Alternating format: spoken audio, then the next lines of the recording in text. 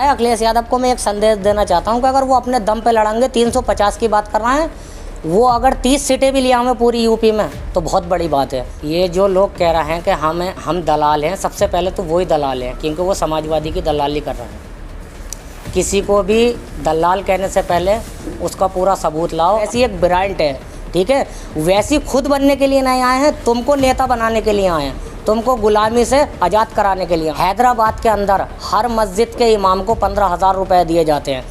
अखिलेश यादव मुख्यमंत्री रही है, आप मुझे ये बताएं किसी इमाम को 15 रुपये भी आए उनके खाते में? नहीं आ सकते। ये तो सन 2022 में ही पता लगेगा कि 350 आएंगी या 3 ही आएंगी।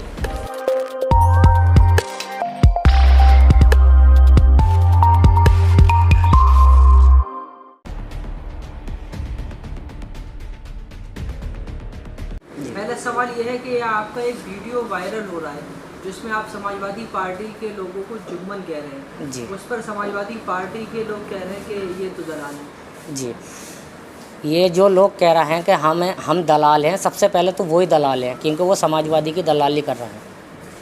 किसी को भी दलाल कहने से पहले उसका पूरा सबूत लाओ। अगर हम दलाल हैं तो हमारे ऊपर जो है कोई भी ऐसी बात दिखाओ जिससे हम ये साबित हो सके कि हम दलाल हैं। अभी जो है शौकत अली साहब का एक बयान आया, उन्होंने कहा कि बीजेपी और AIMIM 2 धाराएं कभी एक साथ नहीं मिल सकती। उस पर आप क्या कहें? जी, शौकत साहब का जो ये बयान है, ये बिल्कुल उन्होंने सही बयान दिया है और हम उनके बयान से सहमत हैं। और जो शौकत साहब ने कहा है वही मैं कहना चाहता हूँ कि बीजेपी और MIM दरिया के 2 किनारे हैं, ये कभी एक नहीं हो सकते। 2022 के लिए अखिलेश यादव 350 से कह रहे हैं अब 400 सीट आएंगी। ये देखो, हर इंसान का अपना एक अधिकार है सपना देखने का। कोई भी आदमी सपना देख सकता है। बिहार के अंदर लालू के बेटे तेजस्वी यादव ने सपना देखा था, महाराष्ट्र के अंदर भी अंबेडकर के पोते ने सपना देखा था, और बंगाल के अंदर भी पीरजादे सिद्दीक ने सपना देखा था। तो सपना देखना कोई बड़ी बात नहीं है, हर आदमी का अधिकार है, सपना देख सकता है। ये तो सन 2022 में ही पता लगेगा कि 350 आएंगी या 3 ही आएंगी। AIMIM किन मुद्दों को लेकर चुनाव लड़ेगा? MIM का तो सीधा मुद्दा है कि लोगों को रोज़गार मिले, विकास की तरफ जो वो जाते हैं, पढ़ाई की तरफ जाते हैं, सरकारी नौकरियों की तरफ जाते हैं। हैदराबाद के अंदर हर मस्जिद के इमाम को 15,000 रुपये दिए जाते हैं। अखिलेश यादव मुख्यमंत्री रही है, आप मुझे ये बताएं किसी इमाम को 15 रुपये भी आए उनके खाते में? नहीं आ सकते, क्योंकि वैसी साहब एक अलग बात है। हैदराबाद के अंदर जो कुछ लोगों का कहना यह है कि वैसी साहब हैदराबाद में तो कुछ बन नहीं सके, यूपी में आके वो क्या बनेंगे? मेरे भाई, वो खुद बनने के लिए नहीं आए हैं, अल्लाह ने उनको इतना इज्जत दी है, इतनी शोहरत दी है। वैसी एक ब्रांड है, ठीक है, वैसी खुद बनने के लिए नहीं आए हैं, तुमको नेता बनाने के लिए आए हैं, तुमको गुलामी से आज़ाद कराने के लिए आए हैं। अभी आपकी मर्जी है कि आपको गुलामी करनी है या आपको नेता बनना है। और समाजवादी पार्टी कहती है उसी ब्रांड का जो है फ़ायदा उठाकर बीजेपी चुनाव जीत जाती है। जी, बीजेपी चुनाव जीत जाती है। तो बीजेपी अगर चुनाव जीत जाती है तो सन 2019 में वैसी साहब ने एक भी कैंडिडेट खड़ा नहीं किया था, तो फिर बीजेपी चुनाव कैसे जीत गई? आप मुझे बताएं।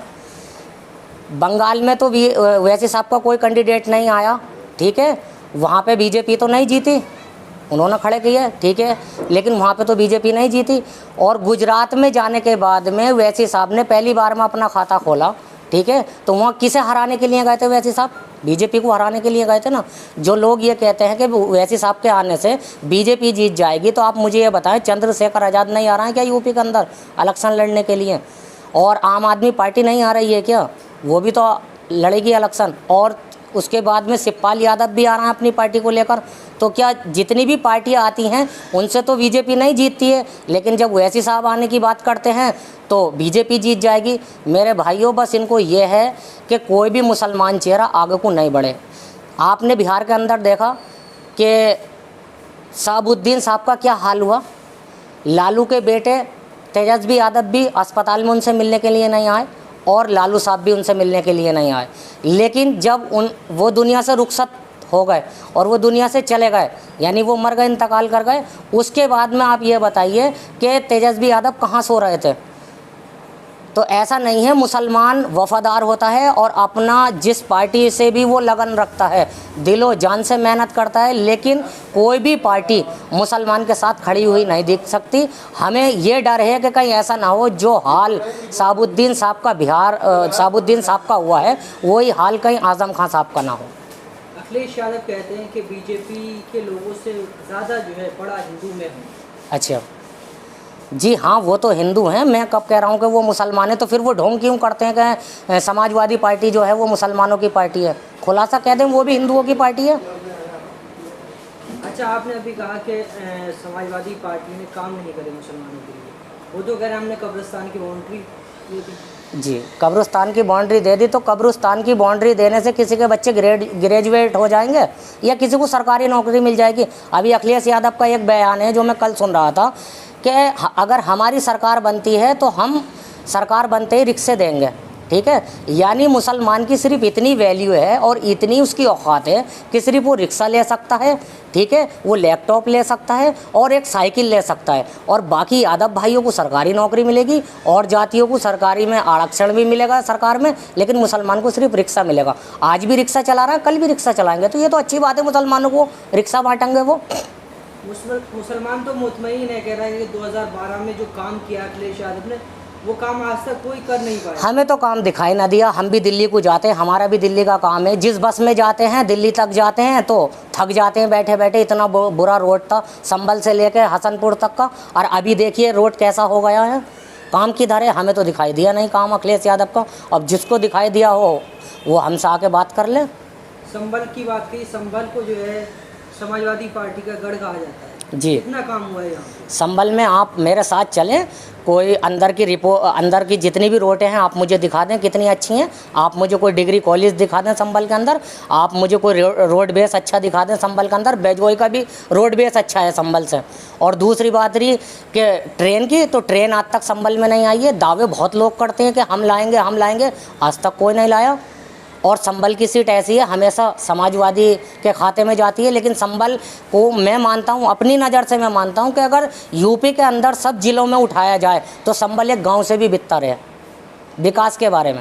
यादव खानदान यहाँ से जीता है, उसके बावजूद यहाँ का काम क्यों नहीं हो पाया? ये तो आप सवाल अखिलेश यादव से करें, क्यों नहीं हुआ, क्या सोचते हैं वो संभल के बारे में। संभल की आवाम नहीं चाहती काम कराना या अखिलेश यादव नहीं चाहते, ये तो अखिलेश यादव ही बता सकते हैं।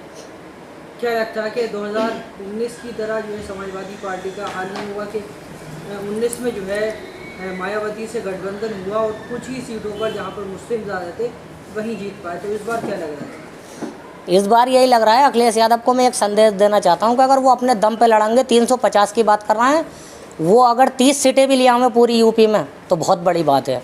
और अगर बात रही 7 की, अगर वो किसी को साथ लेके चलेंगे तो इंशाल्लाह हो सकता है कि वो मुख्यमंत्री बन जाए। और अगर अपने दम पे, हर पार्टी कहेगी, मायावती कहती है कि मैं अपने दम पे लड़ूंगी, अखिलेश यादव कहते हैं मैं अपने दम पे लड़ूंगा, आम आदमी पार्टी कहती है मैं सब अपने दम पे अगर लड़ेंगे तो इंशाल्लाह फिर बीजेपी ही आएगी।